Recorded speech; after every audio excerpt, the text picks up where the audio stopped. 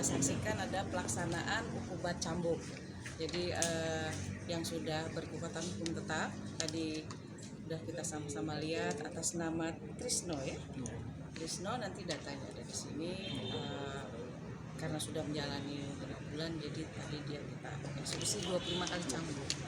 Jadi perkaranya ini tentang zina ya, ngaku dukun cabul lagi. Ada istri temannya supaya gimana suami kamu nggak selingkuh, setia. Nah, dia bisa membuat itu. Mohon maaf nggak enak sih ceritanya ya. Telur bebek gitu loh di seperti itu. Jadi kita sangat prihatin dengan Aceh Utara ini belakangan kasus-kasus kanon itu perzinahan dan ini sangat tinggi ya, bertambah terus. Dari Bapak Dinas ini aja Satpol PP juga ada kewalahan, eksekusinya cuma setahun 3 kali, tapi ternyata nanti akan ada 7 terdakwa lagi yang akan kita kemarin kita tuntut 100 kali cambuk, 100 kali cambuk plus 75 bulan penjara. Itu yang kalian liput itu kemarin, iya, betul. Anak dijual itu.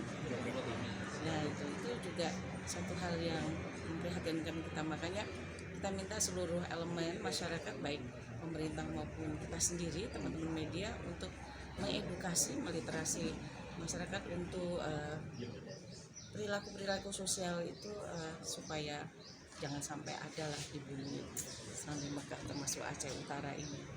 Mungkin teknologi informasi juga mempengaruhi ya, karena akses melihat video porno sehingga memancing mereka.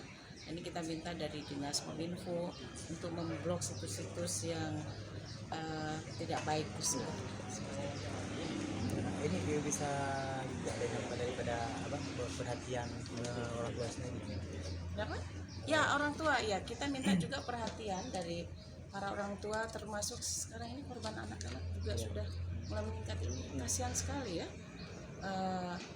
untuk mengawasi anak-anaknya di dalam keseharian, apakah itu penggunaan gadgetnya, handphone dan lain-lain, internet itu kan sangat mudah. Ini diberikan edukasi untuk mengawasi anak-anak. Dia juga bapak-bapaknya juga, karena pelakunya kan laki-laki ya. Seperti itu. Selama ini ada sebagian ya itu juga kalau di sini buat apa ya, pelaku dari pesantren sudah ada ya. Sudah pernah. Nah itu juga bukan hanya di sini, tapi ternyata se-Indonesia, kemarin di Jawa Barat. Iya. Kita karena di sini kanon nggak ada hukum kebiri ya, itu sebenarnya juga prihatin kita karena itu oknum ya. Saya tidak mengatakan hampir semua itu oknum, tergantung perilaku gimana. Kasihan ya, minta teman-teman media juga mengawasi untuk berhati-hati. Mungkin kadang anak-anak itu kan dalam ancaman ya. Jadi semoga kita berdoa tingkat kejahatan yang dengan pelaku-pelaku korban-korban anak itu tidak ada lagi lah. Kalau bisa jangan. Kasihan. Baik, cukup.